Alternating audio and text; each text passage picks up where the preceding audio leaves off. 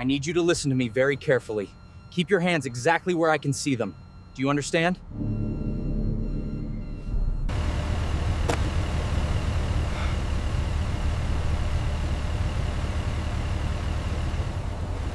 The blue and red lights washed across Malik Johnson's face as his car rolled to a stop on a quiet suburban road. His fingers tightened on the steering wheel, palms damp, breath shallow. He wasn't speeding. He wasn't swerving. He wasn't doing anything except driving home from a late charity rehearsal. But the cruiser behind him idled like a warning. Engine humming, light slicing the darkness into hard, shaking colors. He watched the officer's silhouette approach in the side mirror, each step slow, heavy, deliberate. Malik swallowed. Stay calm. He forced his hands to stay high and visible. The flashlight stabbed through the window before the officer even reached the door. License. The officer barked, voice clipped with disdain. No greeting. No explanation. Malik offered a tired half-smile. May I ask why I... Don't talk, the officer snapped. People like you always have something to say. A cold pulse went down Malik's spine. His chest tightened. Officer, I said quiet. The light drifted over Malik's face, then down to the floor, searching for something that wasn't there. The officer leaned in closer, eyes sharpened with contempt. You're nobody, so don't waste my time. The word hit Malik like a blow. Nobody. He felt the sting of it. Sharp, humiliating, familiar in ways he wished it wasn't. Before he could speak, the officer's hand moved abruptly toward his holster, and Malik's heart faltered. Step out of the car, the officer said, and in that suspended second, Malik realized something was terrifyingly wrong. The flashing lights painted the empty neighborhood in restless red and blue. Malik Johnson eased his car to the curb, heartbeat drumming in his ears. He kept both hands on the steering wheel, steady and open, the way every black man in America learned to.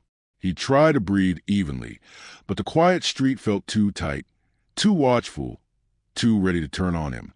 The cruiser's door slammed. Footsteps approached. Heavy, slow. Malik swallowed. The officer stopped beside the window and rapped twice with a flashlight. Roll it down. Malik obeyed, his voice calm. Evening, officer. No small talk. The light shot directly into Malik's eyes. License. Malik blinked against the glare. Sure, it's in my wallet. Can I reach for it? The officer scoffed. Just do it. Malik moved carefully. Okay, I'm reaching now. You don't have to narrate, the officer said, impatience sharpened into something harder. You acting guilty or something? No, sir, Malik murmured. Just being cautious. Yeah, well, people like you know how to act cautious when it suits them. The officer leaned down, studying Malik like an object behind glass. His badge caught the patrol light. Officer Brent Harlan. Malik handed over his license. Brent barely glanced at it. What are you doing in this neighborhood? Driving home from work.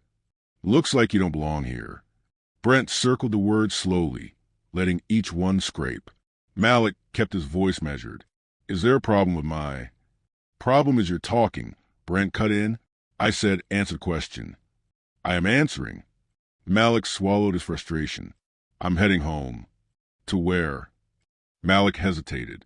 His actual home was less than 10 minutes away, but he wasn't sure if telling the truth made him more or less of a target.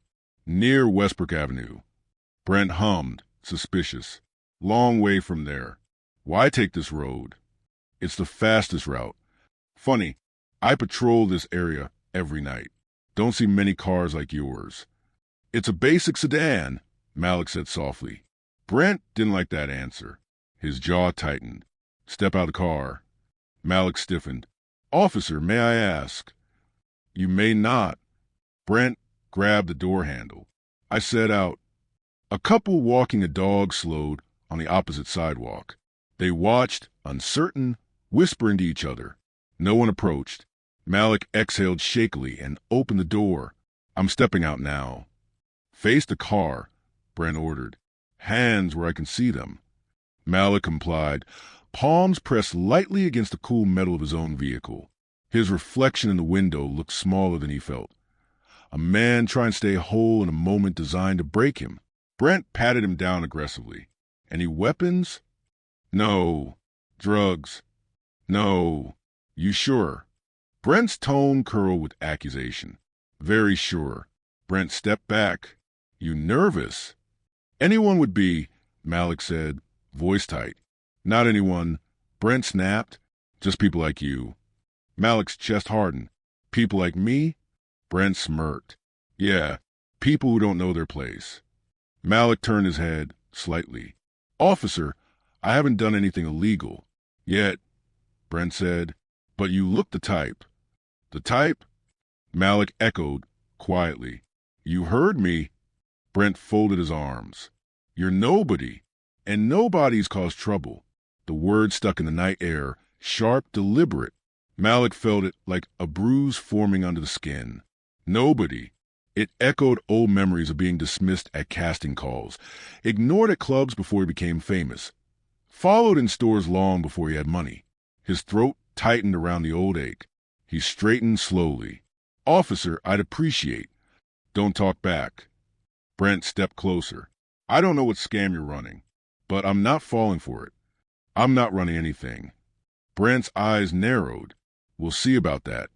The couple across the street hesitated again, unsure if they should intervene. The woman raised her phone halfway, then lowered it. The man shook his head. They kept walking. Malik wished he had their freedom. To walk away, to decide the situation wasn't theirs. Instead, he was trapped inside it. Turn around, Brent ordered. Hands behind your back. Malik blinked. Are you arresting me? For now, Brent said casually. We'll sort the charges later. Officer, please. You know this isn't right. What I know, Brent said, stepping into Malik's space, is that nobodies who question me always regret it. Malik steadied his voice. I'm not resisting. I'm cooperating. Doesn't matter, Brent said. You look guilty. For what? Brent didn't answer. Instead, he grabbed Malik's wrist. Malik winced but didn't pull away. Hey, Malik said softly. Can you loosen your grip? You're hurting. Brent tightened it deliberately. Good. The sound of metal cuffs clicked in Brent's other hand. Malik's heart pounded. Officer Harlan, Save it, Brent snapped. I'll teach you how to respect authority. Malik looked at the ground, breath shaky, fighting rising panic. I don't want trouble. You already made trouble, Brent said. And then the cuff snapped around Malik's wrist, cold metal sealing his fear into something heavier. Before Malik could speak again, Brent leaned in, voice low, venomous. You're nobody. Remember that. The word echoed again, and for the first time that night, Malik felt truly unsafe. The handcuffs clicked shut with a cold finality that made Malik's breath snag in his chest. Brent shoved him lightly toward the front of the car. Malik caught himself on the hood, the metal warm from the engine but trembling under his palms. Street lights flickered across the paint, scattering his reflection in broken shapes. Spread your feet, Brent ordered. Malik obeyed. Officer Harlan, can we slow down a second? I don't understand what's happening. Brent barked a humorless laugh. You don't need to understand. You just need to follow directions. I am following them, Malik said gently. Not fast enough. Brent's hands ran roughly down Malik's sides, then his legs. You hiding anything? Weapons? Pills? Fake IDs? No, sir. You sure? You people get creative. Malik closed his eyes. Sir, I promise you, there's nothing illegal in my car. Brent ignored the words. His hand slapped the hood beside Malik's arm. You think you can smart-mouth me because you're used to mouthing off somewhere else? I'm not mouthing off, Malik whispered. I'm scared. Good. Brent leaned forward, breath sour with coffee and ego. Fear keeps order. A car rolled by slowly. The driver glanced at them, but didn't stop. Most people never stopped. They just watched like it was a distant warning, not meant for them. Malik steadied his breathing. Officer, can I ask what I'm being detained for? Brent's voice sharpened. Suspicious behavior. I was driving home. Suspicious route. It's the main road. Suspicious attitude. Malik almost laughed. Bitter, exhausted. I've been polite the whole time. Brent grabbed the back of Malik's shirt. You raising your voice? No, Malik forced calm into each syllable. I'm just trying to understand. Understand this, Brent snapped. I'm not explaining myself to nobody. Malik clenched his jaw, but he didn't answer. Silence felt safer. A second patrol car pulled up, stopping behind Brent's. Officer Ruiz stepped out, mid-30s, worried eyes, stiff posture. He approached slowly. Brent. Ruiz asked, "What's going on?" "Routine stop," Brent said quickly. Driver got mouthy. Malik looked over his shoulder. "I didn't." "Quiet," Brent hissed. Ruiz frowned. "Did he resist?" "No," Malik said. "Yes," Brent said at the same time. Ruiz blinked. "Which is it?" Brent shot him a warning look. Ruiz hesitated but stepped closer. "Sir," he said to Malik softly, "do you have any weapons?" "No." "Anything illegal?" "No." Ruiz glanced at Brent. "Then why?" "I said it's routine." Brent's voice cut like a blade. Ruiz sighed, troubled, but didn't push further. Malik watched him, saw the conflict in his face. "Officer Ruiz," he said quietly, "could you please check my ID carefully? I think." Brent slammed his hand on the hood next to Malik's head. "Did I say you could talk to him?" Malik flinched. "I'm sorry." Ruiz took a small step back, shame flickering across his features. "Brent, maybe ease up." "Don't tell me how to do my job," Brent snapped. "You want to babysit him? Fine. Keep him quiet while I search the car." Ruiz nodded reluctantly. Brent walked to the driver's door, yanked it open, and began rummaging through the glove compartment. Malik turned his head, slightly. "Officer Ruiz, I swear I haven't done anything wrong." Ruiz's voice was low. "I believe you." "Then—" "I can't interfere," Ruiz whispered. "Not yet." Malik's shoulders sagged. "I just want to go home." Ruiz pressed his lips together, guilt tightening his features. Brent returned moments later, empty-handed and irritated. "Nothing. Big surprise. They never leave stuff where we can find it." Malik stared at him. "They—" "You heard me." Ruiz stepped forward cautiously. "Brent, maybe uncuff him? We can let him go with a warning." Brent's eyes flashed. "No one gets a warning for disrespecting me." "I didn't disrespect you," Malik said softly. "You questioned me," Brent said. "Same thing." Malik tried a thin thread of humor, reflexive, instinctive. "Sir, with respect, asking why isn't disrespect?" Brent's jaw clenched. "Are you being funny now?" Malik froze. "No, not trying to be." "Because I don't like jokers," Brent said. "Don't like people who think they're clever." Ruiz cleared his throat.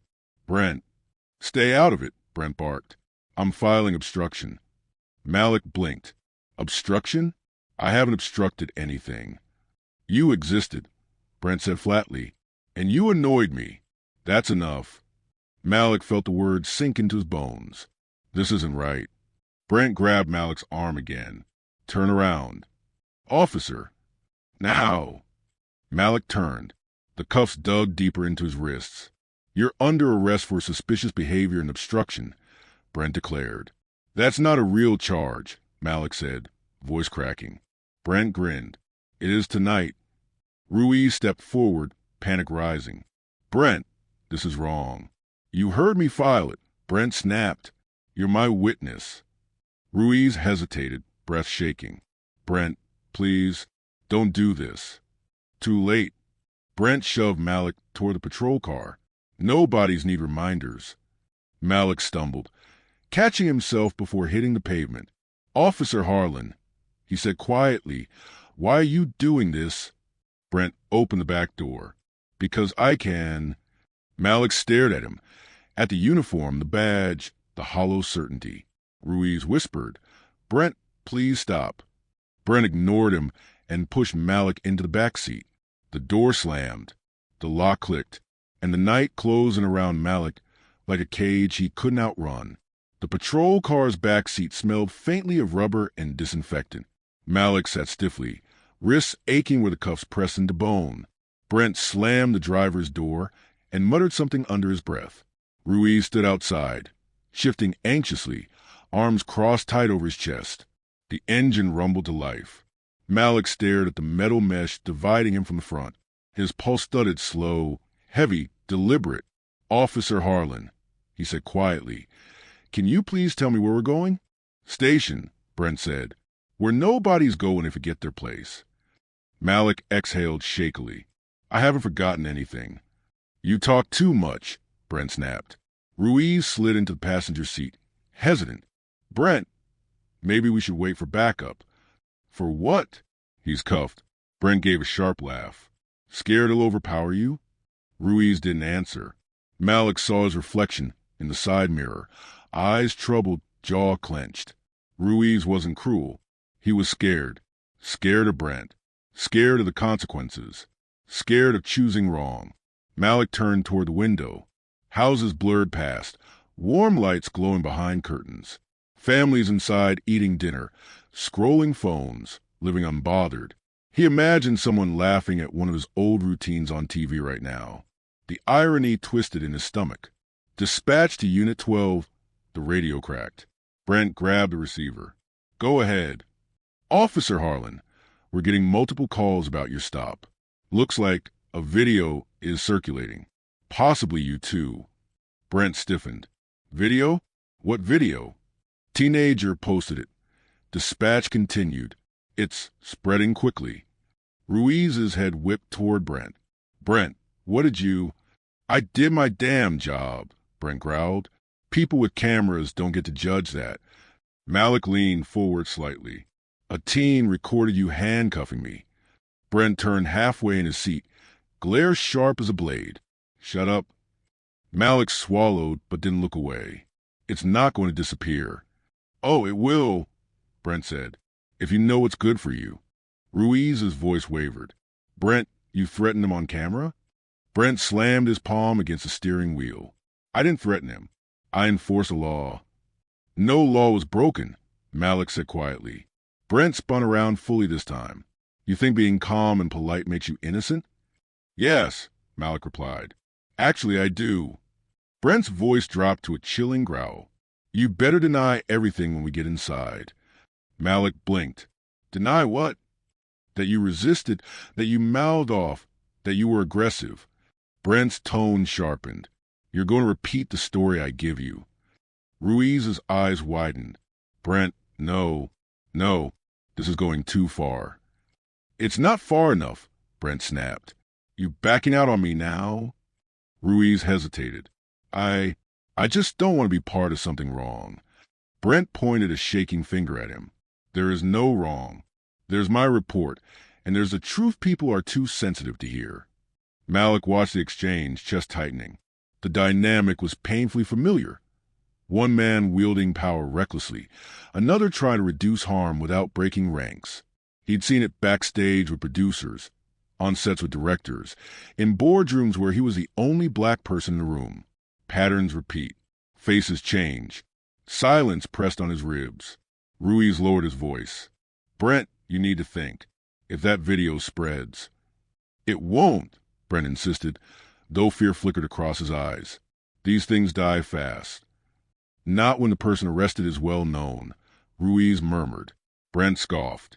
"He's not well known." Ruiz turned slightly. "Sir, are you really nobody?" Malik met Ruiz's eyes in the rearview mirror. "I'm a comedian," he said quietly. "You might have seen me on—" Brent cut him off. "Liar. He's lying. Don't listen to him." "I'm not lying," Malik said. "Check the license. Google my name." Ruiz reached for the ID still in the center console. "Brent, let me verify." Brent snatched it before Ruiz could touch it. "I said he's lying." "Why would he lie about that?" Ruiz demanded. "Because people like him always lie," Brent said, spitting out the words. Malik leaned back, breath trembling. "Why does my identity bother you so much?" "Because you're pretending to be somebody," Brent snapped. "And you're not." Malik closed his eyes, absorbing the cruelty. Whether you believe me or not, the truth is still the truth. Ruiz whispered, Brent, please, to slow down. But Brent's voice rose, frantic, unraveling. No, I'm not letting some nobody ruin my career over a stupid video. The radio crackled again. Unit 12. The video has reached 20,000 views in the last 5 minutes. Brent froze. Dispatch continued. We're getting calls from local news outlets. Command wants you to report to the station immediately. Ruiz looked back at Malik, sympathy softening his features. Sir, I'm sorry. Malik nodded slightly. It's not your fault. Brent slammed the car into a faster speed, fury choking his words. This is all your fault. If you just kept quiet. Ruiz grabbed his arm. Brent, stop. Stop before you make this worse. Brent's eyes burned with a sick mix of fear and rage. He's not taking me down. Malik stared at the back of Brent's head, pulse steadying despite the fear. You already took yourself down, he whispered. Brent heard him, and the way his hands tightened on the wheel told Malik the night was far from over. The station lobby buzzed with the low hum of printers, muffled conversations, and fluorescent lights that flickered just enough to make Malik feel even more off balance. Brent dragged him through the double doors without slowing, his grip bruising Malik's arm. Ruiz followed a few steps behind, shoulders tense, eyes darting between them like he was waiting for a chance to breathe. A few officers glanced up as they entered. Some nodded at Brent, others stared at Malik with confusion, curious, cautious, or something harder to read. Brent pushed Malik toward the processing desk. Detainee for holding, Brent snapped. The desk sergeant, a middle-aged woman with sharp eyes, raised an eyebrow.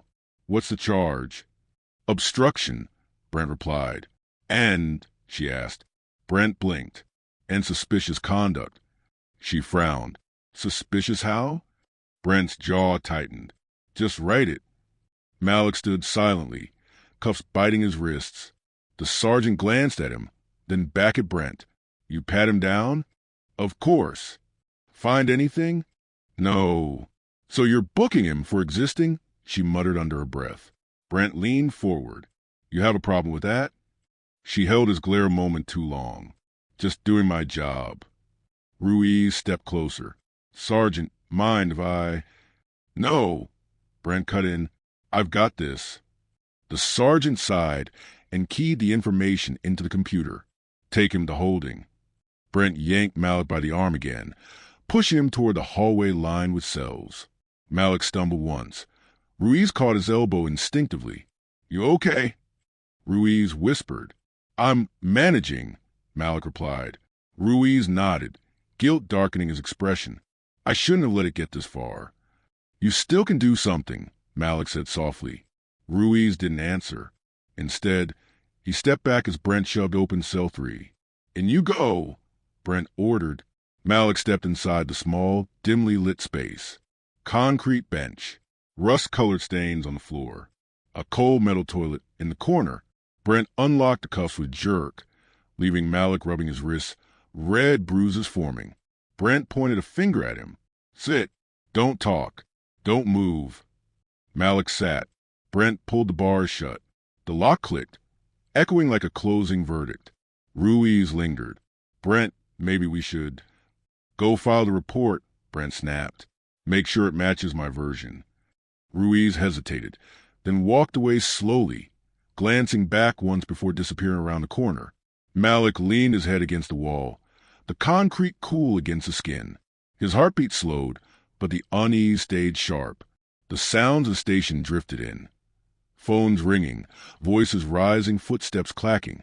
Somewhere, someone laughed. The ordinary world continued, indifferent to the fear pooling in his chest. Suddenly, he heard whispers outside the cell. That's him. No way. That's really him. I saw the video. It's already at 500,000 views. Malik looked up. 2 younger officers stood near the bars, staring at it with a mix of surprise and discomfort. That's Malik Johnson, one whispered.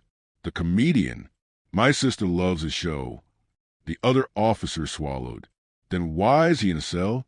Brent appeared around the corner, like a storm cloud. Move along. The officers stepped back. Sorry, sir. Brent watched them leave, jaw grinding.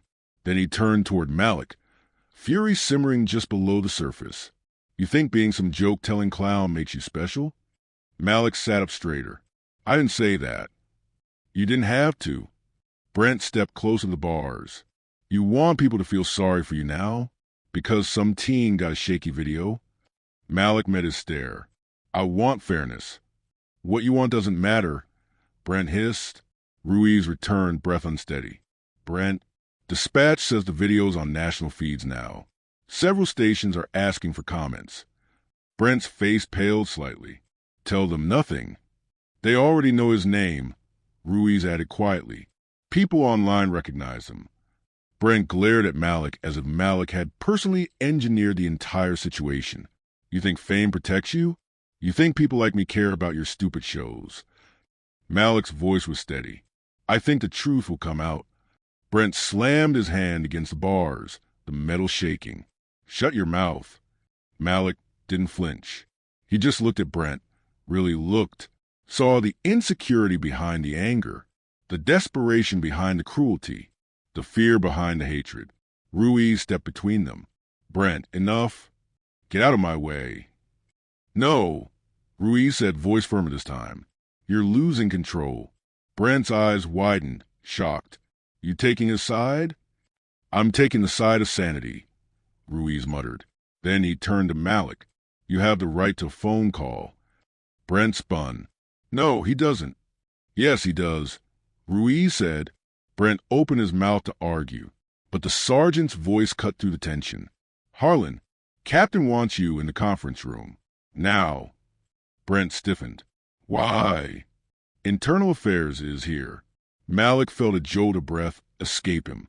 Brent's face went rigid, panic flickering behind the mask.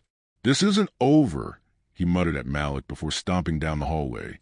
Ruiz exhaled, then unlocked the cell. Malik blinked. You're letting me out? Ruiz shook his head. Just escorting you to the phone. You need to call someone. Malik stood slowly. Thank you.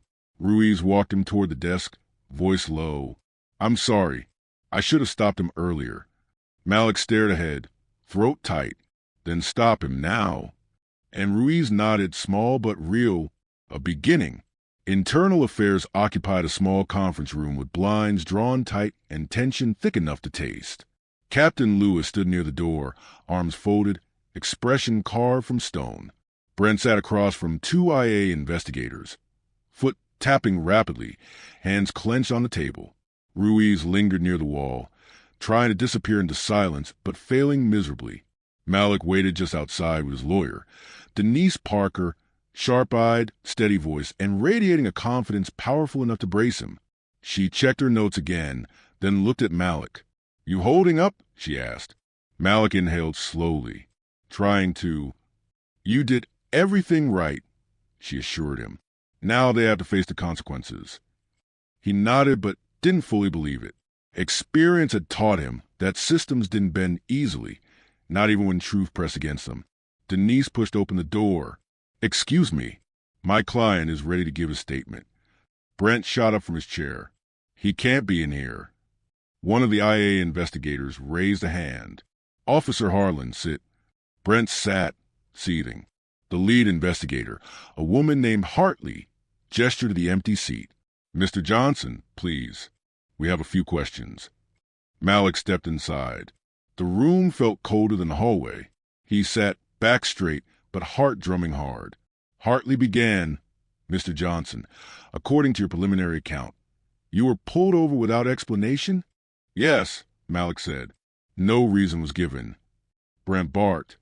Because he was driving erratically. No, he wasn't, Ruiz blurted out. Every head turned toward him. Brent whispered fiercely. What are you doing? Ruiz swallowed. Telling the truth. Hartley leaned forward. Officer Ruiz, are you contradicting Officer Harlan's statements? Ruiz's voice trembled, but he didn't back down. Yes, he wasn't driving erratically. There was no probable cause. Brent's face reddened. You're lying. No, Ruiz said quietly. I've been lying by staying silent. Captain Lewis stepped closer. Officer Harlan, Sit back. Brent jerked his gaze toward Malik. This is your fault. All of this, if you just played along. Denise slammed her folder shut. My client doesn't play along with fabricated charges. Hartley raised a hand. Officer Harlan, did you instruct Mr. Johnson to repeat a false narrative? Brent laughed loudly, brittle and unhinged. False narrative? He was resisting. He questioned me. Questioning an officer isn't resisting, Denise replied. It is when I say it is. Brent shot back. Silence hit the room like a slap. Malik watched Brent unravel, fear shifting into clarity. This was who he had encountered. Someone who believed authority meant infallibility. Hartley took a slow breath. Officer Harlan, multiple videos show no sign of resistance from Mr. Johnson. Brent pointed aggressively toward the door. Those videos don't show everything. They don't show the attitude. Ruiz shook his head. No attitude, just confusion, fear. Hartley jotted something down. Officer Ruiz, do you confirm that you witnessed no obstruction? Yes, Ruiz said, stronger this time. Everything escalated because Officer Harlan wanted it to. Brent slammed his fist on the table. You're betraying me. I'm protecting the badge, Ruiz whispered. Hartley turned to Malik. Mr. Johnson, your lawyer has provided timestamps, and we've reviewed social media clips. Your account appears consistent. She paused. We're recommending Officer Harlan be placed on immediate suspension pending further investigation. Brent's mouth fell open. Suspension? For doing my job? Denise crossed her arms. For abusing your power. You all think he's some saint, Brent spat. Because he's famous? Malik looked at him steadily. Because I'm a human being. Brent scoffed. You're a comedian, a clown. I'm supposed to bow to that. No one asked you to bow, Malik said, just to be fair. Brent lunged halfway across the table, only for Captain Lewis to grab his shoulder. That's enough. Brent's voice broke. You're ruining my life. Malik's expression softened despite the fear. I didn't ruin anything. You did this. Brent froze, not because he agreed, but because the truth landed somewhere he couldn't escape. Captain Lewis nodded to two waiting officers. Escort Officer Harlan for temporary removal of duty privileges. Brent stared around the room, betrayed, panicked. You can't. You need me. Not like this, Lewis said. As Brent was let out, Ruiz exhaled in relief and regret. Hartley turned to Malik. Mr. Johnson, we'd like a full written statement by tomorrow. You are free to go for now. Denise nodded. We'll provide it. Malik stood, legs shaky but spirit steadier. As he reached the door, Ruiz stepped forward. I'm sorry, Ruiz said quietly. I should have stopped him sooner. Malik held his gaze. Then keep going. Tell the truth all the way through. Ruiz nodded, small but honest. Denise guided Malik out of the room. The station seemed quieter now, the kind of quiet that comes after something breaks. Cracks in the badge. Cracks finally letting light in. The interview room felt colder than a holding cell. Too bright. Too silent. Too clean for the kind of truth hanging in the air. Malik sat at the metal table, fingers interlaced, wrists still tender from the cuffs. He tried to steady his breathing, but the echoes of Brent's rage from earlier clung to him like static. Denise stood by the wall, arms crossed, eyes sharp enough to cut steel. A door clicked open. Brent stepped inside. He wasn't uniformed now, just jeans and a faded department t-shirt, but the anger clung to him like part of the fabric. His eyes burned with something darker than resentment. Ruiz followed behind him, hesitant, but Brent shoved past him and approached the table. You just couldn't keep quiet, Brent growled. Denise stepped forward. Officer Harlan, you are suspended. You have no authority to question my client. Brent ignored her completely. You think you've won? You think a video makes you untouchable? Malik didn't rise to the bait. I didn't want to win anything. I just wanted to go home. You're lying, Brent snapped. You wanted to make a scene. Wanted to play victim. No, Malik said quietly. I wanted to live. Brent slammed both hands on the table, the metal rattling. Ruiz flinched. Denise reached for her phone, ready to record. Touch that, Brent warned. And I swear. Swear what? Denise shot back. You'll threaten a civilian again? On camera? Brent's jaw clenched. But instead of backing down, he leaned in closer to Malik, voice dropping to a venomous whisper. You think being famous means you get to disrespect me? Malik kept his voice steady. I never disrespected you. You question me. Brent hissed. Malik shook his head. Asking for fairness isn't questioning authority. It's asking for humanity. Brent's face twisted. People like you. Ruiz stepped forward quickly. Brent, don't. Shut up, Brent barked. You already stabbed me in the back. Now you expect me to listen to you. Ruiz swallowed hard. I didn't stab you. I told the truth. That's betrayal, Brent spat. It's accountability, Ruiz whispered. Brent's fists trembled on the table. Malik watched him unravel, not with satisfaction, but with a heavy, exhausted sadness. The kind that grows in people who've lived too long under someone else's anger. Denise stepped closer to Malik. My client is done here. Officer Ruiz, please escort us out. Officer Harlan, stay away from him. Brent laughed, a wild, brittle sound. You think you can walk out like this? After humiliating me? Malik finally spoke, voice calm but firm. I didn't humiliate you. Your actions did. The room froze. Brent's eyes widened, rage swelling into something dangerous. You! Brent lunged. Ruiz moved faster. He grabbed Brent's arm, yanking him back. The two collided against the wall, Brent fighting, Ruiz struggling to hold him. Brent, stop. Ruiz shouted. You're making it worse. Brent thrashed. Let go of me. He deserves nothing but justice. Ruiz snapped. And you're the reason he needs it. Brent blinked, stunned by Ruiz's tone. Ruiz rarely raised his voice, let alone challenged him. Denise stepped in front of Malik. Captain Lewis is outside that door. One more threat, and you'll be arrested on the spot. Brent's chest heaved. His fury trembled now, less sharp, more desperate. This is my life. My career. Everything I worked for. Malik's voice softened. That career should have meant something more than control. Brent's expression cracked, anger split by fear. They're going to fire me. Consequences follow choices, Malik said gently. That's life. That's fairness. Brent shook his head violently. You ruined everything.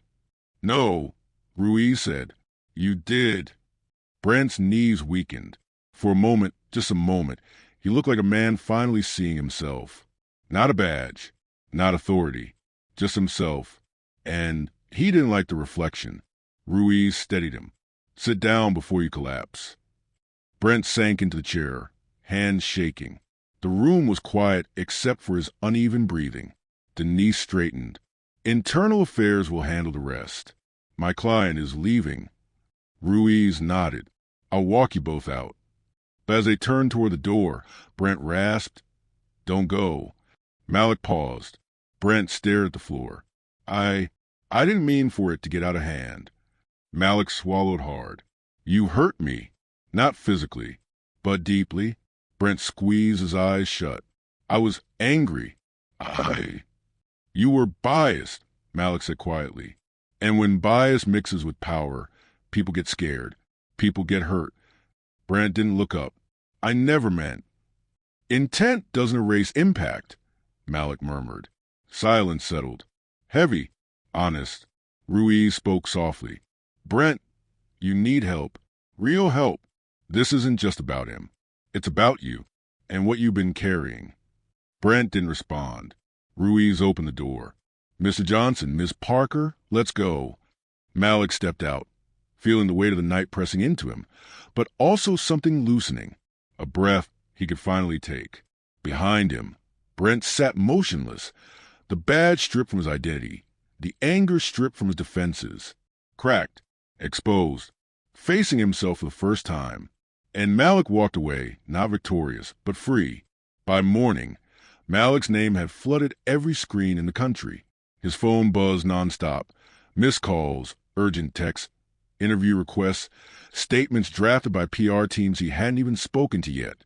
Denise sat beside him at her office conference table, smoothing out a folder full of printed articles. Headlines glared from every page. Comedian detained without cause. Video sparks national outrage. Officer suspended after viral arrest clip. Famous comic handcuffed during routine stop. Malik rubbed his forehead. I didn't want it to be like this. Denise tapped the folder. It was never going to stay small, Malik. Not when millions saw what happened. He stared at the screen of his phone. Thousands of strangers sending support. Thousands more debating, dissecting, judging. His chest tightened. I'm not a symbol, he whispered. I'm just me.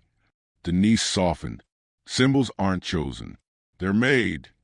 Before he could answer, her assistant poked her head in.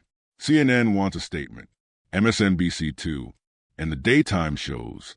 Also, you're trending worldwide. Malik closed his eyes. Great. Denise dismissed the assistant. You don't owe anyone a soundbite, but you can decide how this story unfolds. He nodded slowly. Then, let's start with the truth. Simple. Honest. Denise opened her laptop. I'll help you draft it. But before they began, her phone buzzed. She glanced at the caller ID. It's your mother. Malik exhaled, bracing himself. Put her on speaker. The line clicked. Baby? His mother's voice trembled, warm and terrified. Are you okay? I saw that awful video. My heart nearly stopped. I'm okay, Ma, Malik said softly. Just tired. That man, that officer, he treated you like... Her voice broke. Like you weren't even human. Malik swallowed. I know. Your father wanted to drive here, she continued. I had to stop him. You know how he gets. Malik could imagine it. The man pacing the living room, muttering curses, fists clenched around memories he never voiced. Tell him I'm safe, Malik said. Please. His mother hesitated. You know what hurts most, Malik? You're always trying to make people laugh. And this world still finds a way to make you hurt. Malik's throat tightened. I'll be okay. You better be, she said, fierce and fragile. Because we love you. I love you too, Ma. She exhaled shakily. Call me later. I will. The line ended. Denise waited a moment before speaking. Ready to write? Malik nodded, even though nothing inside him felt ready. He leaned back, trying to steady himself. Later that afternoon, after they sent out a statement, measured, honest, refusing to demonize but refusing to shrink, Denise drove him to a temporary press area outside the station. He didn't plan to speak, only to walk past cameras on his way to meet IA again. But crowds had gathered. Protest signs bobbed in the air. Justice for Malik stopped the abuse and racial profiling. Chants pulsed like a heartbeat. Malik stepped out of the car, the weight of attention settling like a mantle he never asked for. A reporter shouted, Malik, do you think Officer Harlan targeted you because of your race? Another yelled, how does it feel to be at the center of a national conversation? Malik raised a hand gently, not to silence him but to steady himself. I'll talk soon, he said quietly. Just not yet. He moved past them, guided by Denise. Ruiz stood near the entrance, out of uniform today, wearing plain clothes. His face looked thinner, as if he hadn't slept. Mr. Johnson, Ruiz said softly. Officer Ruiz, Malik replied. Didn't expect you here. I needed to be. Ruiz swallowed. IA asked me for a second interview. They want everything, every detail. Malik nodded. Good. Ruiz hesitated. People online are calling me a hero. I'm not. You told the truth, Malik said. That matters. It was late, Ruiz said. Too late. I let him go too far. Malik met his eyes. You stopped him when it counted. Ruiz's shoulder sagged. I hope you believe that. Malik did. Or at least he wanted to, before they could continue. Captain Lewis opened the station door. Mr. Johnson, we'll take your follow-up statement now. Inside, the atmosphere was tense. Officers avoided eye contact. Some looked ashamed, others confused, a few resentful. One officer muttered under his breath, Great! Here comes the celebrity treatment. Malik didn't respond, But Denise stepped forward sharply. You treat him like any other citizen, and that means with respect. The officer looked away. In a small recording room, Malik gave his second statement, more detailed, more painful. He relived every moment. The lights, the insults, the fear that pressed sharp into his ribs. When it was over, Hartley from IA stood up. Mr. Johnson, I want to acknowledge the strength it takes to recount this. I just told the truth, Malik said softly. Sometimes, Hartley replied. That's the hardest thing. When Malik emerged again, the protests had grown. TV screens mounted on passing news vans showed clips from a viral video. His hands lifted, Brent's angry expression, the cuffs snapping shut. Truth on every screen. Denise turned to him. This isn't the end. Malik nodded, breath steadying. No, but it's a start. And somewhere behind those screens, behind the noise, the anger, the support, he could feel the weight shifting slowly, painfully toward justice, 1 inch at a time. The courtroom was colder than Malik expected. Too polished, too still, the kind of place where truth didn't echo unless someone forced it to. Rows of people filled the benches. Reporters, activists, curious locals, and a handful of officers seated stiffly like they wished they were anywhere else. Denise sat beside Malik at the plaintiff's table, her legal pad open, pen poised like a weapon.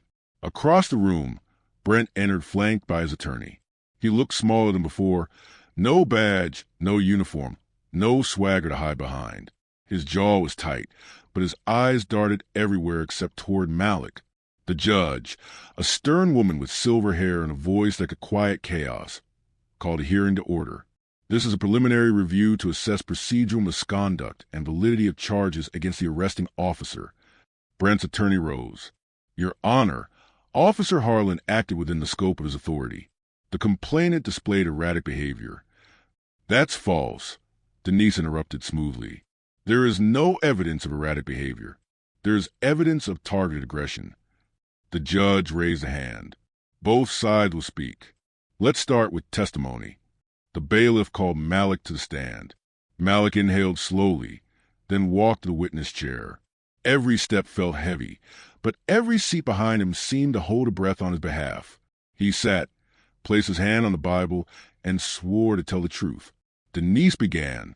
Mr. Johnson, can you describe what happened the moment you were pulled over? Malik nodded. Yes.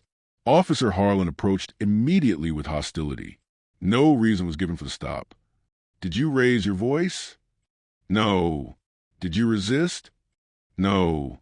Did you ask for clarification? Yes. And how did Officer Harlan respond? Malik took a breath. He said I was nobody, that people like me needed to shut up. A murmur rippled through the courtroom. Denise continued. Did you threaten him at any point? No, Malik said firmly. I was afraid. All I wanted was to understand what I'd done wrong. Denise nodded, then stepped aside. Your witness. Brent's attorney approached, expression tight. Mr. Johnson, is it possible you misunderstood Officer Harlan's tone? Officers often use firm language to maintain control. Malik kept his composure. This wasn't firmness. It was contempt. Contempt? The attorney repeated. Is that your interpretation as a public figure accustomed to special treatment? Malik didn't flinch. I'm accustomed to being treated like a person. A suppressed chuckle broke from someone in the gallery. The attorney stiffened. Brent shifted in his seat, eyes flicking toward Malik with resentment. Mr. Johnson, the attorney pressed, is it possible your fame influenced your perception of the incident? Malik shook his head. My fame didn't matter. He didn't know who I was. He didn't care who I was. Then how could you be sure the officer was biased? Malik hesitated, just long enough for the room to hush. Then he said softly, because I felt that tone before. In schools, in stores, in casting rooms. It only comes out when someone looks at me and sees less than human. Brent's attorney opened his mouth, but the judge leaned forward. That's enough. I reviewed the footage. Mr. Johnson's description aligns with what the court has seen. The attorney stepped back, defeated. Now it was Brent's turn. The bailiff called him to stand. Brent rose shakily. As he took the oath, His voice cracked. Malik watched him, saw the fear, the anger, the denial swirling like a storm behind his eyes. Brent's attorney asked, "Officer Harlan, did you have reasonable suspicion to conduct the stop?" "Yes," Brent replied. His route was suspicious. The judge arched a brow. "Suspicious how?" Brent hesitated. "It's a quiet neighborhood. People who don't live there don't usually." "Officer," the judge said flatly, "that is not probable cause." Brent's composure began to crumble. His attorney tried again. "Did the complainant resist?" "Yes," Brent said quickly. He questioned me." "That's not resistance," the judge interjected. Brent flushed. "He gave me attitude." The judge folded her hands. "Is attitude a crime?" Brent's silence answered for him. The attorney, sweating now, pressed on. "Did you call Mr. Johnson, huh?" He cleared his throat. Nobody." Brent stiffened. "I don't recall." Denise stood. "May I play the recording?" The judge nodded. The viral clip played on a large monitor. Brent's voice came out clear, cold, unmistakably cruel. "You're nobody. Don't waste my time." Gasps filled the courtroom. Brent's shoulders sagged. His attorney closed his eyes. The judge spoke slowly, with undeniable gravity. "Officer Harlan, your conduct violated multiple procedures, lacked probable cause, and demonstrated explicit bias. Charges of misconduct will proceed." Brent's voice trembled. I didn't mean." "Intent is irrelevant," the judge said. "Impact is what matters to justice." Malik exhaled. Quiet, shaky, necessary. Courtroom oxygen. The air finally felt breathable. The weeks that followed blurred into a strange mix of exhaustion and exposure. Malik's name didn't leave the news cycle. Interviews, panel discussions, think pieces, social media storms. Everyone had something to say. Some voices were full of support, others soaked in denial, but all of them made Malik feel like he was living inside an echo chamber built from other people's opinions. He tried to stay grounded, but every time he stepped outside, someone recognized him. A handshake, a hug, a whispered, "Thank you for speaking up." He appreciated it, truly, but each moment reminded him of the night he couldn't forget, the night he was told he was nobody. Now, the man who spoke that word faced consequences. Brent had been officially stripped of his badge, placed under investigation for misconduct, and charged for falsifying a police report.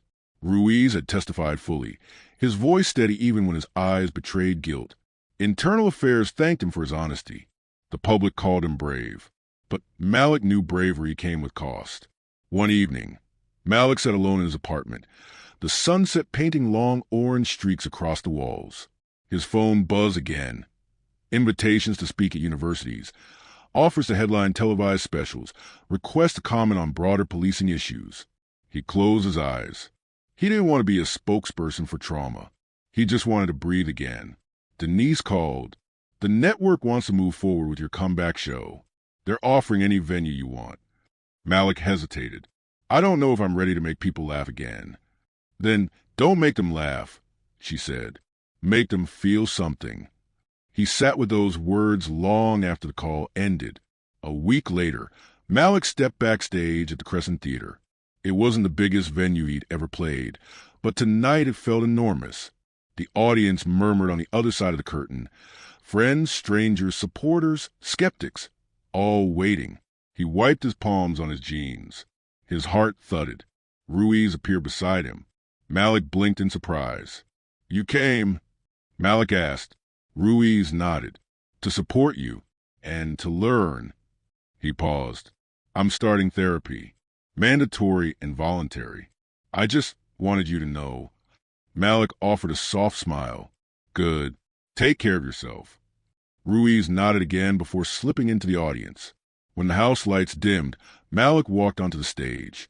A spotlight found him instantly, warm and unforgiving. The audience erupted into applause, not loud, but long. Respectful. Heavy. Malik swallowed, stepped up to the microphone, and let the silence settle before speaking. "Good evening." His voice trembled. He didn't hide it. "I used to walk onto stages feeling like the world was a place full of stories I couldn't wait to tell you. He paused. But a few weeks ago, someone told me I was nobody, and for a moment, I believed him. The audience hushed. I realized how fragile identity can feel, he continued. How fast someone with power can take your dignity and hold it like it belongs to them. A murmur rippled through the room. Pain, recognition, solidarity. I'm a comedian, Malik said. My job is to turn pain into laughter. But that night, there was nothing funny. There was fear. There was humiliation. And there was a reminder that even success doesn't shield you from prejudice. He ran a hand through his hair, exhaling. But something happened after. Something I didn't expect. He looked up. You showed up for me. A woman in the front row nodded, eyes shining. You watched the video. You shared it. You demanded the truth. You brought accountability to a door that doesn't open easily. Malik steadied his breathing. So tonight, I'm not here to make light of what happened. I'm not here to crack jokes to make you forget. He shook his head. I'm here to remember. With you. He paused. And maybe heal a little. A soft wave of support moved through the audience. Gentle applause, warm and patient. Malik continued, voice steadier. There's weight in the world. Heavy weight. But there's light, too. And when enough people hold up that light, it reaches places where shadows thought they could live forever. He smiled faintly. So thank you for the light. More applause, louder, fuller, overflowing. Malik felt something inside him loosen, the tightness around his chest finally beginning to let go. He let the crowd quiet before adding one last line. And if anyone ever tells you you're nobody, remind them that the world is full of nobodies who changed everything. The audience rose to their feet, applause thunderous, standing, sustained. Malik closed his eyes for a moment and breathed deeply. Weight and light. Tonight, he stood somewhere between them, and for the first time in weeks, the balance felt bearable.